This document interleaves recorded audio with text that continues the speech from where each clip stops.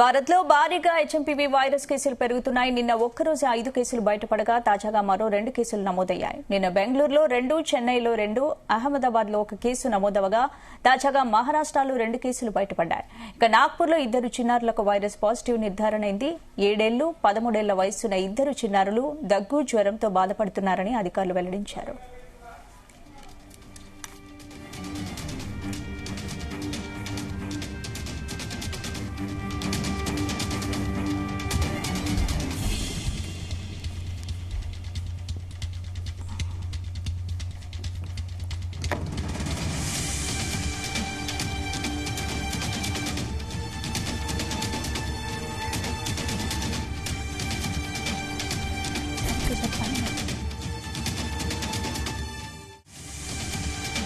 ఇదే అంశానికి సంబంధించి పూర్తి అప్డేట్స్ మా బ్యూరో చీఫ్ నరేందర్ అందిస్తారు. నరేందర్, రైట్ స్పందన.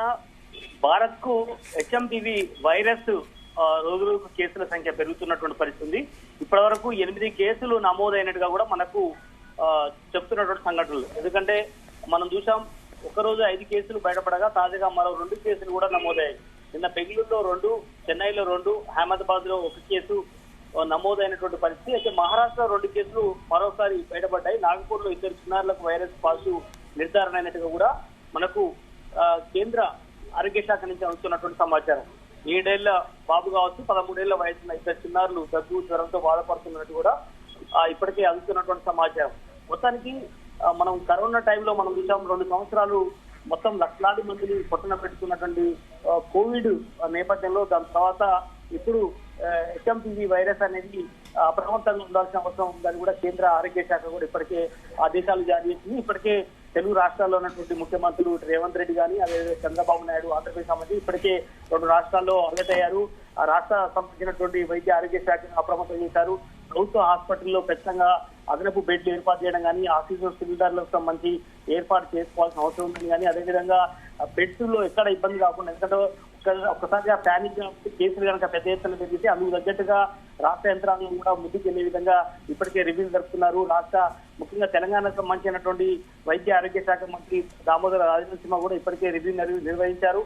ఇప్పటికే గాంధీ హాస్పిటల్లో నోడల్ చేయాలని కూడా ఇప్పటికే సూత్రప్రాయంగా వాళ్ళు నిర్ణయం తీసుకోవడం జరిగింది. 700 బెడ్స్ కానీ, అదేవిధంగా ఆక్సిజన్ సిలిండర్లు కానీ, అదేవిధంగా వైద్య సిబ్బంది కొరత లేకుండా చూసుకోవడం కానీ, అవసరం ఇప్పటి నుంచే సెలవుల్ని రద్దు చేసే విధంగా కూడా ప్లాన్ చేసుకున్నట్టు తెలుస్తోంది. వాస్తవానికి వారానికి 1 రోజు సెలవు ఉన్నప్పటికీ అవసరమైతే కంటిన్యూ చేయాలని కూడా చెప్పే ప్రయత్నం అయితే జరుగుతోంది. ఈ కేసుల సంఖ్య ఇప్పటివరకు 8 సంఖ్య పెరిగినట్టుగా తెలుస్తోంది. అదనంగా ఇప్పుడు 2 కేసులు చిన్నారులకు వచ్చినటువంటి నేపథ్యంలో రాష్ట్ర యంత్రాంగం కూడా అప్రమత్తమైంది. దేశవ్యాప్తంగా కూడా కేసుల సంఖ్య ఒక్కొక్కటిగా పెరుగుతూ వస్తోంది. ఒక సౌత్ లో కూడా కేసులు ఎంటర్ అవుతుంది. ఎందుకంటే చెన్నైలో మనం చూస్తూ వచ్చాం. ఇప్పుడు ఆంధ్రప్రదేశ్, తెలంగాణ అయితే ఇప్పటివరకు 1 కేసు కూడా నమోదు కాలేదు. బట్ అయినప్పటికీ కూడా అప్రమత్తంగా ఉండాలి. విమానాశ్రయం నుంచి వచ్చే వాళ్ళతోటి విషయంలో కానీ, రైల్వే స్టేషన్ లో సికింద్రాబాద్ లో కానీ మానిటరింగ్ జరపాల్సిన అవసరం ఉందని కూడా ఇప్పటికే రాష్ట్ర ప్రభుత్వం అలర్ట్ చేసింది. అధికారులు ఎప్పటికప్పుడు మానిటరింగ్ చేస్తున్నారు ప్రతి ఒక్కటి కూడా. ఎందుకంటే మామూలుగా సాధారణటువంటి ఫ్లూతో వచ్చేటువంటి, ఎందుకంటే కోవిడ్ టైంలో కూడా చూసాం, మనం స్వైన్ ఫ్లూ సమయంలో కూడా చూసాం. అప్పుడు పాండమిక్ గా స్లోగా స్టార్ట్ అయినటువంటి కేసుల సంఖ్య గణనీయంగా బెడ్లు దొరకని స్థాయిలో పెరిగిపోయినటువంటి సందర్భం చూసాం. స్వైన్ ఫ్లూ టైం తర్వాత కానీ, తర్వాత కోవిడ్ టైంలో, కోవిడ్ అయితే ఒక పాండమిక్ గా పెద్ద ఎత్తున భయభ్రాంతులకు గురి కావడం, ఇంట్లోకి బయటకు వెళ్ళని పరిస్థితి ఎదుర్కోవడం, మాస్కులు ధరించడం, చేతులు పదే శుభ్రం చేసుకోవడం, ఇవన్నీ కూడా మనం గమనించాం. కనుక ఇప్పుడు అదే అలవాటుని ఖచ్చితంగా చేసుకోవాల్సిన అవసరం ఉందని కూడా వైద్య ఆరోగ్య శాఖకు సంబంధించినటువంటి అధికారులు చెప్తున్నారు. వైద్యులు కూడా అదే పదే చెప్తున్నారు. ఇది సాధారణ ఫ్లూ లాగానే ఉంటుంది, దగ్గుతో ఉంటుంది. వచ్చేటువంటి తుంపరల ద్వారా మరొకరికి స్ప్రెడ్ అయ్యే అవకాశం ఉంటుంది. కనుక దూరం ఉంటే స్ప్రెడ్ అయ్యే అవకాశం చాలా తక్కువ ఉంటుంది. కానీ పక్కనే నిలబడడం, కూర్చోవడం, ముచ్చలు చెప్పుకుంటూ ఉండడం వల్ల ఖచ్చితంగా పెరిగే అవకాశాలు ఉంటాయని కూడా చెప్తున్నారు.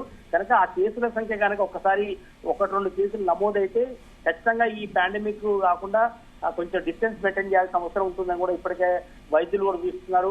అదే సమయంలో వేడి చేసి నీళ్లు తాగడం కానీ, అదే సమయంలో మాస్కులు ధరించడం కానీ, అదే సమయంలో దూరం మెయింటైన్ చేయడం కానీ, ఖచ్చితంగా మాస్క్ గతంలో ఏ రకమైనటువంటి అదే రకంగా మాస్కులు మళ్ళీ విధిగా ధరించడం ఉత్తమం అనేటువంటి విషయం కూడా ఇప్పటికే చెప్తున్నారు.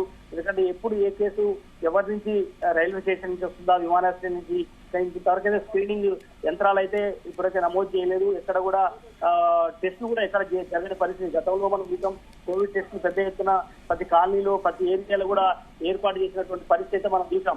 కానీ ఇప్పుడు అలాంటి పరిస్థితి లేదు. ఇంతవరకు దేశంలో కేవలం 7 కేసులు మాత్రమే నమోదయ్యాయి. కొంతమంది చిన్నపిల్లలు కూడా వచ్చాయి కాబట్టి రాష్ట్ర ప్రభుత్వం కూడా అప్రమత్తమైంది. ఇప్పుడు రేవంత్ రెడ్డి కూడా వైద్య ఆరోగ్య శాఖను ఎప్పుడప్పుడు అప్రమత్తం చేస్తున్నారు. వైద్య ఆరోగ్య శాఖ మంత్రి దామోదర్ రాజేంద్ర కూడా మానిటరింగ్ చేస్తున్నారు. గాంధీ హాస్పిటల్ ఏ క్షణమైనా ఏ కేసు వచ్చినా కూడా దాంట్లో స్పెషల్ వార్డు ఏర్పాటు చేసే విధంగా కూడా ప్లాన్ చేశారు. అందుకోసం ప్రత్యేకించి పీడియాట్రిక్ వైద్యులు కానీ, అదేవిధంగా జనరల్ మెడిసిన్ వైద్యులను కానీ, అదే సమయంలో పల్మనాలజిస్టుల సంఖ్య కూడా ఎక్కడ కూడా తగ్గకుండా ఖచ్చితంగా దానికి సపరేట్ కోవిడ్ సెంటర్ గా గతంలో ఏర్పాటు చేసిన తరహాలోనే ఇప్పుడు HMPV ఒక వ్యాక్సిన్ వచ్చే వరకు కూడా ఇప్పుడు అయితే ఖచ్చితంగా మానిటరింగ్ చేయాల్సిన అవసరం ఉందని కూడా వైద్యులు అయితే చూస్తున్నారు. మొత్తానికైతే చాలా డీప్ గా మానిటరింగ్ జరుగుతున్నటువంటి పరిస్థితి అయితే మనం చూస్తున్నాం.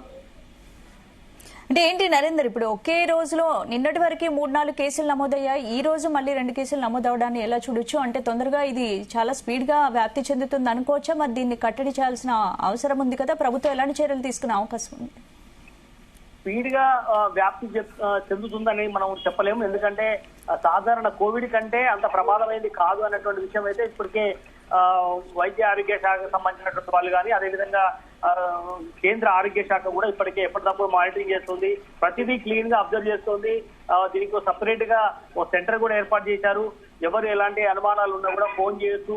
టోల్ ఫ్రీ నెంబర్ కావచ్చు, లేదా వెబ్సైట్ లో కూడా మీ అనుమానాలను నివృత్తి చేయొచ్చు కూడా ఇప్పటికే చెప్పడం జరిగింది. కనుక గణనీయంగా కేసుల సంఖ్య పెరగట్లేదు. ఎందుకంటే మనం చూసాం వారం 10 రోజుల నుంచి కేవలం 8 కేసులు మాత్రమే నమోదయ్యాయి. కనుక అంత స్పీడ్ వెళ్లే అవకాశం అయితే కనిపించట్లేదు. బట్ ఒకవేళ అలాంటి పరిస్థితి ఉంటే ఖచ్చితంగా అందుకు అనుగుణంగా వైద్య సిబ్బంది కానీ, కిట్స్ కానీ, అదే సమయంలో స్క్రీనింగ్ సెంటర్లు కానీ, వైద్య సిబ్బంది కానీ, మాస్కులు కానీ ఇవన్నీ కూడా ఏర్పాటు చేసుకోవాల్సిన అవసరం ఉందని కూడా వైద్య ఆరోగ్య శాఖ కేంద్ర ప్రభుత్వం కూడా హెచ్చరించే అవకాశం ఉంది. ఇప్పటికే నరేంద్ర మోడీ ప్రధానమంత్రి కూడా ఎప్పటికప్పుడు దీని మీద క్లీన్ గా మానిటరింగ్ చేయాల్సిన అవసరం ఉందని కూడా చెప్పే ప్రయత్నం చేస్తున్నారు. రాష్ట్రాలకు కూడా ఆదేశాలు జారీ చేశారు. 2 తెలుగు రాష్ట్రాల ప్రభుత్వాలు కూడా అప్రమత్తమైనటువంటి పరిస్థితి ఉంది.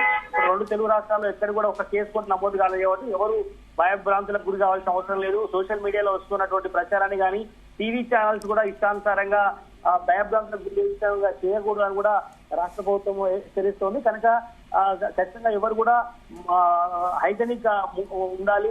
ఖచ్చితంగా ఎవరు కూడా భయభ్రాంతులకు గురి కావద్దు అన్నటువంటి విషయం చెప్తున్నారు. Right, thank you Narendra.